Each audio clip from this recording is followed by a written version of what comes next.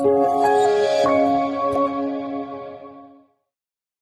everyone. I'm Traci Arieli, end-of-life doula and founder of Comforting Closure. Welcome to another episode. I've always loved learning about the history of death. I find it fascinating, not just the rituals, but the beliefs behind the rituals. Understanding how people in other times and cultures approach dying and grieving reminds me that death has always been part of the human story, and that we've always tried to find meaning in it. In this episode, we're exploring how the Norse, often called Vikings, understood death, fate, and grief. What did they believe happened after death? How did they bury their loved ones? And what can a 1,000-year-old grief poem tell us about loss? To guide us through these questions, I'm joined by Ellen Marie Næss, an archaeologist and museum lecturer at the Museum of the Viking Age in Oslo. Ellen's work centers not just on the artifacts and burial sites, but on the people behind them, who they were, how they lived, and how they mourned. I'm so honored to have her with us. So grab a warm drink, find a comfortable seat, and join us for the conversation. Ellen, thank you so much for being here. As I said, I feel so honored. Thank you.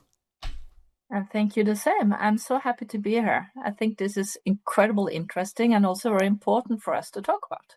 Thank you. Yes. So let's start with the basics. Who were the people we now call Vikings? Yeah, as you said, the Vikings, it's actually more like a job description than it's a group of people who lived in the area that we today call Scandinavia, but they moved also out from there, but their homeland was today Scandinavia, between 750 approximately and let's say late year 1000, 11th century. And they were farmers, but they are perhaps most known for being horrible warriors and rapists and not nice at all. And both things are right. So I remember when you were talking to us, you said that they're in Scandinavia, but that the Vikings, they didn't call themselves Vikings, and they considered themselves, or they called themselves based on what region they were in. Can you talk a little bit more about that? Yeah, they will be important for them to define themselves in the meeting with others, with their family, and who they would be the son or daughter of. So they would have a last name being, I'm the daughter of, like my mother is called Marit, so I will be Ellen Marit's daughter. And that's the start. And then they will say where they were from, the valley, the farm, the area that they were from, but not national state, because the national states didn't exist. So I couldn't say that I was Norwegian. I could say that I was the daughter of Marit. I was coming from, let's say, the South Valley, and then what I was doing for a living. And since I'm academic, I will probably be something like a skald. So the daughter of Marit from the South Valley being a skald. Nice to meet you. That gets out everything. Here we usually introduce ourselves. And of course, one of the first questions is, what do you do? So that takes care of everything right there. Yeah. So why do you think it's important that we shift away from thinking of Vikings as a national identity like we do to something more regional? Because to understand those people, and that's what we aim for, we have to try to understand their society. And like you ask, who am I in this society? And the nationality is not a part of it. And it is in our modern society quite an important thing. So that's why I think it's important for us to leave this layer of the identity of a person when we try to understand them, because it was not important for them. We could learn a lot from that. Yeah, nationality is not really the thing. The thing is who you are in relation to others. Yeah. So, what was daily life like back then for the Norse? They were farmers. So daily life will be staying alive, staying warm, staying having enough to eat, go hunting, work with the soil, work with the animals, working with your craft. But there would also be plenty of time for leisure, for playing, for telling stories. They love tell stories. And then I had to add, imagine again, we are talking about Scandinavia. We have a long, dark winter. There's nothing to do but sit around the fire and tell a story. And they did. So they had to work hard to live, but then they also had time to be with each other and have a good time. And then there are those people who wanted to see the world. And that's a very important thing of this period, because these Norse people, they had the ability to travel. They had boats, and they had better boats that they had before, and so they could travel further and faster, which means that they could go somewhere and come back again in their own lifetime. And that changed their personal life and also the society back home. Yeah. And then I must add, because I'm painting, I can hear that I'm painting a picture here of the peaceful Viking, and most of them were. But some of them, yes, they were quite cruel and successful warriors and bad people. Yeah, we always, everything we see on TV and in the movies is about that warrior, that vicious warrior. And it was really a smaller part of that community, of that way of life. Most of the people who traveled weren't like that. Most of them were like traders, right? Yes, traders and farmers.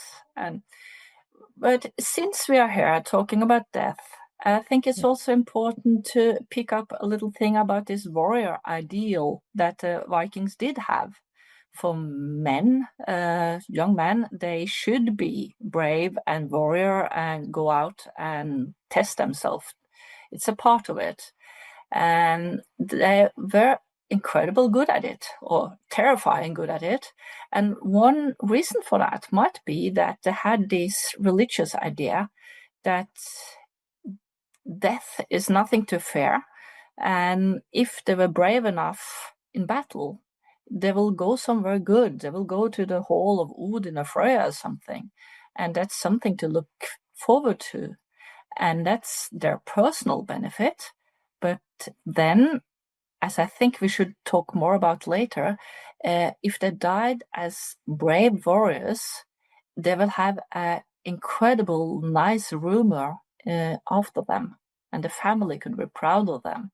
And that was something important for them. So perhaps they wasn't so afraid as they should have been on the battlefield. So there are the Vikings who believe that bravery, it wasn't just about death, that they feared death. They feared more that they weren't going to be brave enough. It was the legacy. And so Yes. the way, death and wanting to die a certain way really teaches people how to live, right? And so you see that with them. They have to be really brave. Then there are people who weren't Vikings, who were the farmers, who stayed at home and who didn't do that. How did the way they died and lived as a result, how was it different? Most people lived a more or less peaceful life at home in the valley, right. And they would probably die of age or disease. And in the Norse religion, that was not a very good thing, because then you would certainly, after your death, go somewhere. There is a kind of, there are several places where you could go when you die as a Viking. And one of them is a special place for people who died of old age and diseases and all that. And it's a foggy place. It's a cold place. And most important, incredible boring place. Nothing happened there. It's not a place of punishment or anything like that. It's just not a nice place. So it's better for you to die with honor in some kind of brave action. Then you will end your or have your afterlife in a better and more interesting place. So, do people want to go and travel and then fight because they wanted a good afterlife? Yeah, it was a possibility. And if you survived, you will have a good rumor. And if you died, you will have a good rumor and go to a nice afterlife. What's not to like?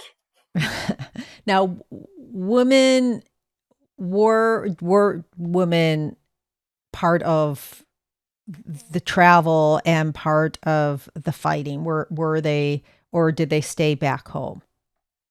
Some women were probably part of the fighting, but not many. Quite a lot of women would be a part of the traveling, but more in and be more involved in trading, which was a fine thing for a woman to do, and she could be quite rich. But most women would stay home, but then they will have a quite honorable situation on the farm, depending on the social status, but they will be important and perhaps even the leader of their farm.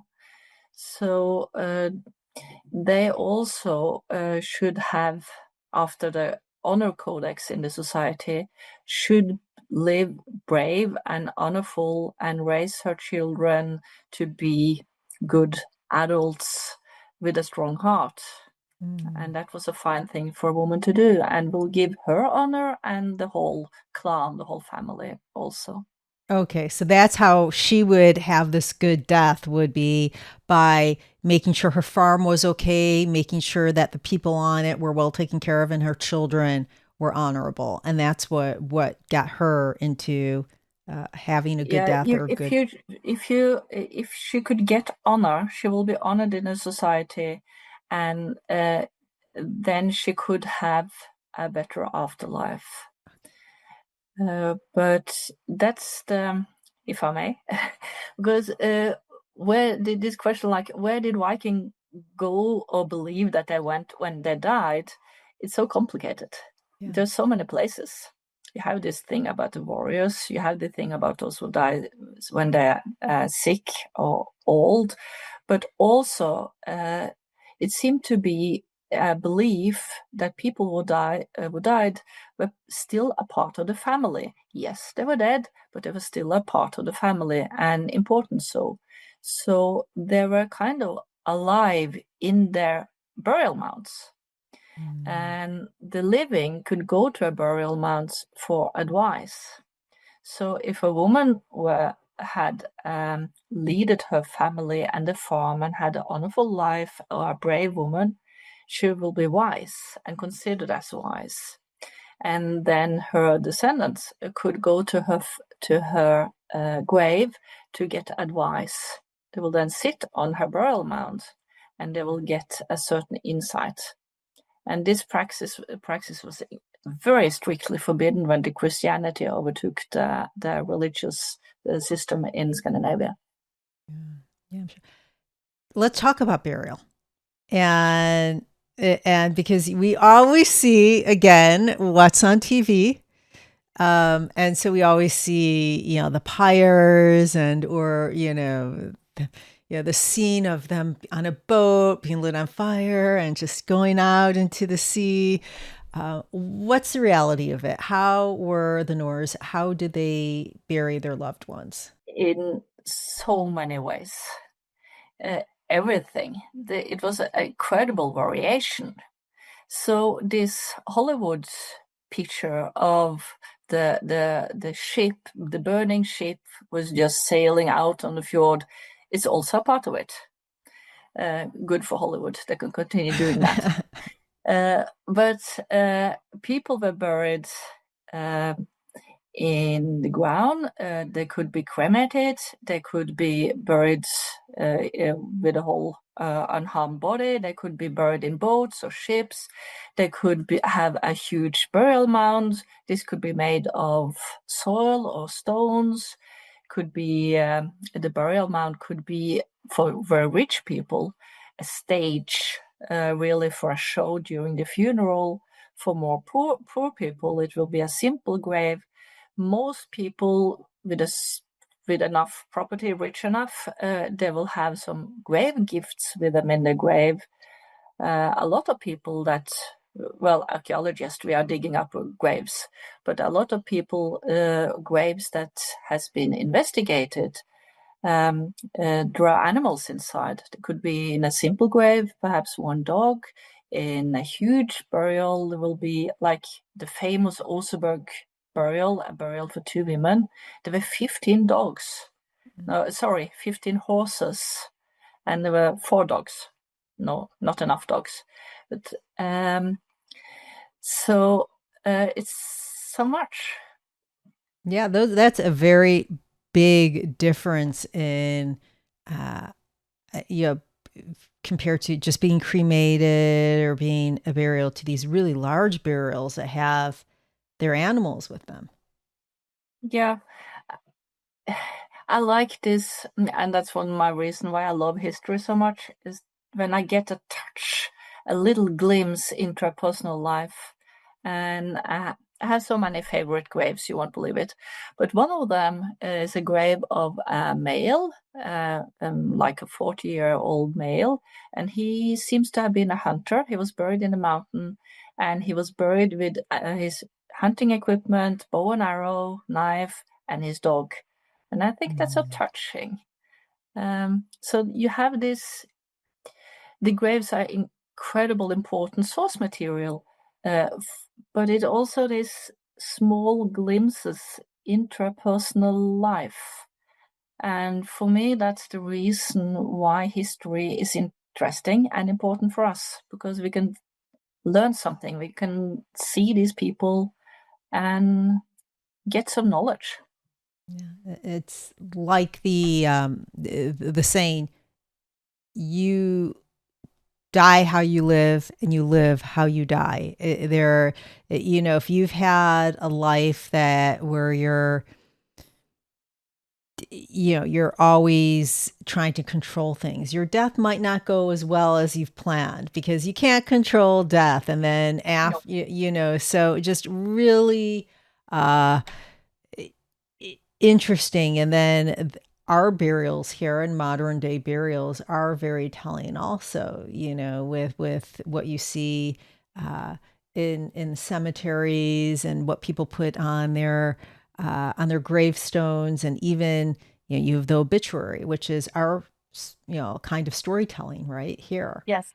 And so you really can learn about a person through the stories that are told, with their burials and the other stories and the other ceremonies that we do. So, Might, and no, we don't have any evidence of that, of course, because we haven't spoken to the Vikings. yes. But seeing their graves, when they're doing like you just said that we are doing as well, putting things in the grave, and they seems to have been putting things in the grave has been important for the deceased, and that must have been an important act for his family, for those who are mourning him or her. They're thinking through this person's life and putting down in the grave the right items. Well, he was a hunter. He needed his hunting equipment. If not, he will be very sorry in his afterlife. And he loved his dog. Well, he will have his dog to follow him to wherever he's going. So I guess it must have been important for the family as well. Was there a time frame that they had to be buried by, as an example, in the Jewish culture, it should really be within 24 hours the person is buried. Do you know if the Vikings had anything like that? Actually, we do. Since we have been investigating so many graves, we can see that especially the bigger burials has been prepared for a long time, and the body must have been somewhere else for quite a long time while the grave was prepared, the ship pulled on shore. And since a burial for a rich person was also an important political happening, it was important that people took part in it. And you have to get the message around, and you can't just phone them. You have to inform people that this person is dead and you should be there at the funeral. And it took time. And in the meantime, the body of the deceased could be just laying somewhere, or it could be buried in a temporary grave just to keep the body. But it still must have been quite rotten at the time for the burial. But it doesn't seem to be important. It seems to be, well, the burial and the action was the important thing, not the state of the corpse. Wow. So people were very used to, even kids were very used to seeing dead bodies. Yeah. They were living in a rural society, in a close family connection. Everybody was living together. Every kid has seen life from, the sexual making children act to death. They have seen it all, and it was a natural thing. Bringing us also to what's shameful and not. So death or other, or sex, or close important action in human life was not shameful. It just was a part of life, which is kind of nice, because we are putting this layer of shame onto everything. And talking about death is like, you can't even show your sorrow public, because people will see that you're crying, and that's not good. It doesn't make sense, does it? So back then, let's talk about, and it doesn't, you're right. What we see is what we see on TV. And I don't know how it is in, in Norway today culturally, but I know in the United States, it is people don't understand grief. They don't understand death. They really believe that it's like what they see on TV. That person is just going to say look really pretty, say a final thing, and then close their eyes. And anyone who's been, and that's why I think that people, they're so surprised, and it's so traumatic. Yes, death is traumatic. When you lose someone, it's traumatic, but it is so much more traumatic when you see the reality of it and you aren't expecting it.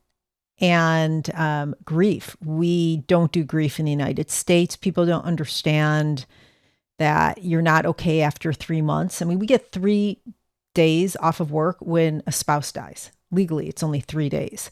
So it is really, we don't do it well. And as I said, I don't know if it's any better over there in modern day, but I'm curious, both modern day, I'm curious about that. But back then, what were some of the grieving rituals? Do you know, what were some of the grieving rituals they did? How did people mourn back then? It is not easy to know very much about it. Yeah. But it brings me out to my favorite written source. May I? Please go. Yes, I have so many favorites, but among the written sources, there is a poem. And there's a poem written by a guy, and he was a Viking. I mean, man, oh man, he was a terrible Viking, a man called Egil Skallagrimsson. And just to describe this person, he killed his first man, which was actually his playing mate when he was 7. So he started when he was 7 by killing people, and went on killing people all through his life. And he was really, really, really the Hollywood Viking. But then in midlife, his son dies. His son drowns at sea, which for people in Scandinavia living so close to the sea, many of them, that was a very natural and common way to go. But still, in this society where a lot of people died young, this Viking, he mourned his son so hard he didn't want to live anymore. So he went to his bed and pulled the curtain. It was a curtain for his bed, so he had this little closed little corner. And he lay down and wanted to die. He didn't eat, he didn't drink, he just wanted to die. And his daughter wanted to prevent this, so she went to him by saying, well, I understand that you're mourning, and I want to lay here and die together with you. And then she had access to him. And then they were laying there, and she said, you know something? You are such a poet. It's a shame that you should die before you have written a poem for your son, in honor for your son. And Egil, the father, said, well, you're right. I should write a poem. And he does. He sit up in the bed, write a poem, a beautiful, touching poem. And through this process, he get out his anger by this creative process. And he decided to eat something, and then he wanted to drink just a little, and he get back his wish to live. And the poem exists. It's more like 60 verses, so it's a long poem about how much he loved his son, also that he gives his son to Odin, but that's just fair, since Odin is also the god who has given him the gift of poetry. So it balances things. It's a beautiful poem. It's on the internet. Go read it.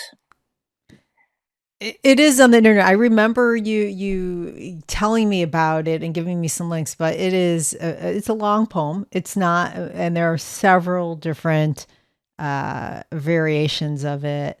And I know that this poem was, and this may or may not be right. I might be misinterpreting, but skaldic. The skalds. Yes, it's a skaldic poem. Yes. Yeah, and I want to talk about that a little bit because I'm fascinated by the skalds and how not only were there poets, but they were historians, that they wrote the history, and how important that must have been just from a legacy perspective, from people who died. So I'm really fascinated by that. And that's perhaps also one of the reasons why the honor and the rumor of a person is so important after death, because you know that there will be stories about you, and you want them to be told in a way that is honorful for you. And that will shape the choices you take in life as well. Yeah. Were there ways that people mourned or showed that they were mourning, maybe with their clothes, and was there a length of time that they were given to mourn? Was there a commonality? Not that we know about. Yeah. There's no written sources. What we have is the skaldic poem, where poems or stories written down after the Viking period, and it gives us some idea, and but not the whole picture. So the poem from Egil is perhaps the most important. But we get a glimpse into a society where people remember everyone who has died, especially in their own family, and what they have done, and their and their actions. So I've never heard anything about like tearing your clothes apart or something like that. But remember, everyone who has passed before you was important. And having the burials close to you must also have been very important in shaping the relation between the living and the dead. And as I touched earlier, the dead were not they haven't so the dead were still a part of the family. They were just dead, and if you wanted to speak to your deceased mother, you could do so. And I don't know, I wasn't there, but I think that would be helpful for people. And I know that we still do. I mean, we still visit graves and we kind of have this closed little conversation in our heads. But in the Viking society, you could do it very public and everyone think it was okay. Did they have burial sites? So was there a central place to bury people, or was it more like, this is my farm, I bury my loved ones on my farm? For the normal people, like the average people, there will be, I bury my dead one on the farm. Okay. For political important persons, there will be special places where you had these politically important graves, but that's perhaps something else because they did so for political reasons. But I want to go back to the normal people again. I think they are the most interesting. Yes. Because one thing that puzzles me and come back to me again and again, I will say it haunts me, is this change of religion. The Norse, the Vikings, they had this Norse belief with a lot of gods and a lot of places where people would go when they were dead, and also this idea that the dead, even though they should go to somewhere where the gods were, they were still alive at the farm in their graves. And they were absolutely a part of the family. Even though they had been dead for 500 years, people will remember them. But then Christianity came, and it was by law said that everyone has to be buried at the graveyard around the church. Mm. And that must have been incredibly strange for the first Christians, or more or less forced to be Christians. Everything was fine. A god, more or less, it was okay. They had a lot of gods, so if they had some new ones, not a problem. They will still have the feast, like Christmas feast and Easter feast. That's fine, not a problem. You will still have ceremonies for newborn and for marriage, but then to suddenly be forced to leave your loved ones at another place. And remember, this is Viking Age Scandinavia. There were distances. The churches could be far away. So you couldn't go to your mother seeking advice. She was somewhere else, and it was also very forbidden. So you couldn't be seen sitting on her grave talking to her. It was forbidden. And I think that must have been incredibly hard. I can't even imagine having that shift and how that contributed so much more grief. Yeah, I really, this is a thing that I come back to quite often, because I don't think going to church and worship another god, I think they could do that. Not a big deal, really, and they will do some ceremonies and magic secretly. But this with the dead, that must have been hard. Yeah. And you can't secretly talk to your mother when she is laying outside the church, where there will be people seeing you and telling about it to the priestess and everyone who shouldn't know. Yeah. So you simply couldn't do it. Yeah, having a person, bringing a person home is really important in, I think, all cultures. I know we spend millions of dollars in the United States every year, tens of millions, trying to find our loved ones who have died in war or died, Yes. and bringing them back home. I mean, wars as far back as World War II, we still Yeah. look for people. World War One, actually. So it is an incredible disruptor. What you just mentioned. Um, Probably bigger than, as you said, having to worship, a god or go to church. It's probably a Yeah. much bigger disruptor, not being able to have your loved one back home. Must have been hard. But we do have, since you talk about this modern tradition that we have, that bringing deceased people back, and it's important for us. We do have some empty graves and grave and rune stones from the Viking area. So empty graves that we interpret as memorial graves for people that are not there, that where the corpses has been, either they died far away perhaps in battle, or they were lost at sea, and there will be empty graves. And then you have memorial rune stones made and raised in memorial of someone who died far away and their body was not brought home. So that's it's similar.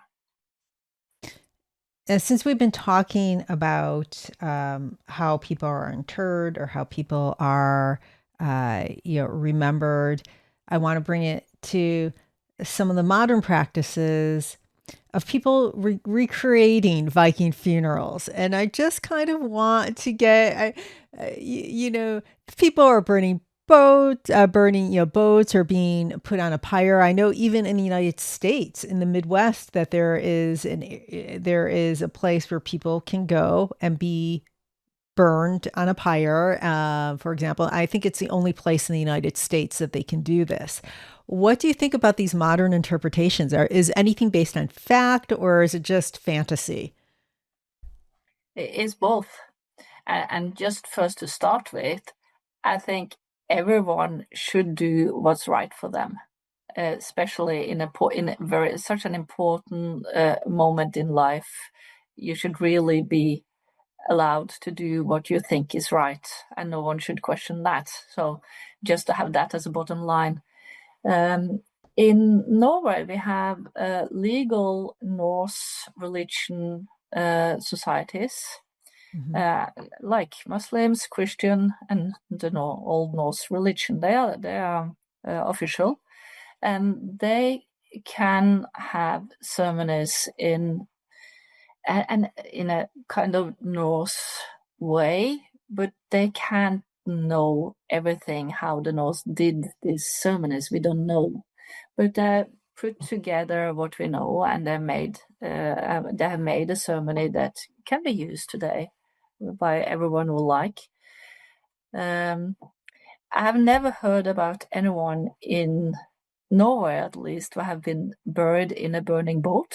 But again, why not? I never heard about it. That doesn't mean that it hasn't happened, but I don't know about it. But I think it's fine that people shape their ceremonies the way which are right for them. So actually, personally, I like it.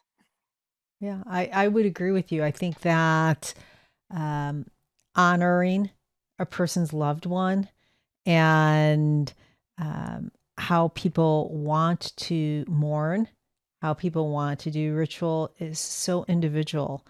And if people are, um, if people want to do that a certain way, or if people want to build that into their own personal traditions, then I think it's really beautiful. We learn from each other, and to be able to, it's not only you're honoring the person, you're honoring this other tradition too, which is kind of nice. Um, how has your understanding of Norse beliefs and the work that you do and what you've learned through the work you do shape the way you think about death and grief and your own life? This is quite a difficult question because your life and your choices in life are, of course, influenced by everything you experience. Yeah. And I am very into history and love my Vikings. But I think what might have influenced me from this history and the past is that I can see that there has been people, living humans. History is not created just by kings and rulers. They're normal people like you and me, and I can see that they have went through their life struggles and they have managed.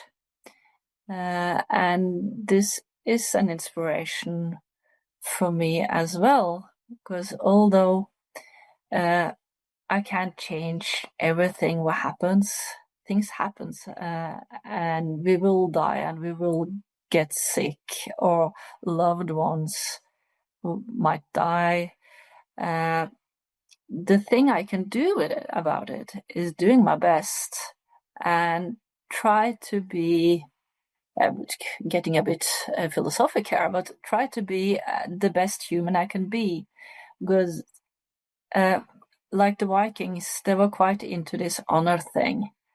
Personally, honor is not, I'm not a Viking, but you can see that doing choices in life that make yourself think that you're doing right choices and that choices are good for other people, like that's the thing I can change.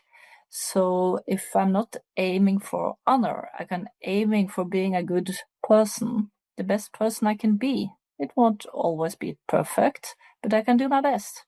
So I think it's something like that. Wonderful. Well, thank you, Ellen. Thank you. We're almost out of time. I wanted to thank you for being on the show and really sharing your knowledge with us with such care and such depth. Thank you. Um, if listeners want to learn more about your work or the Museum of the Viking Age, where should they go? They should go to the Museum of the Viking Age. That's gonna. It's just that we are closed at the moment because we are rebuilding, but it will open in 27.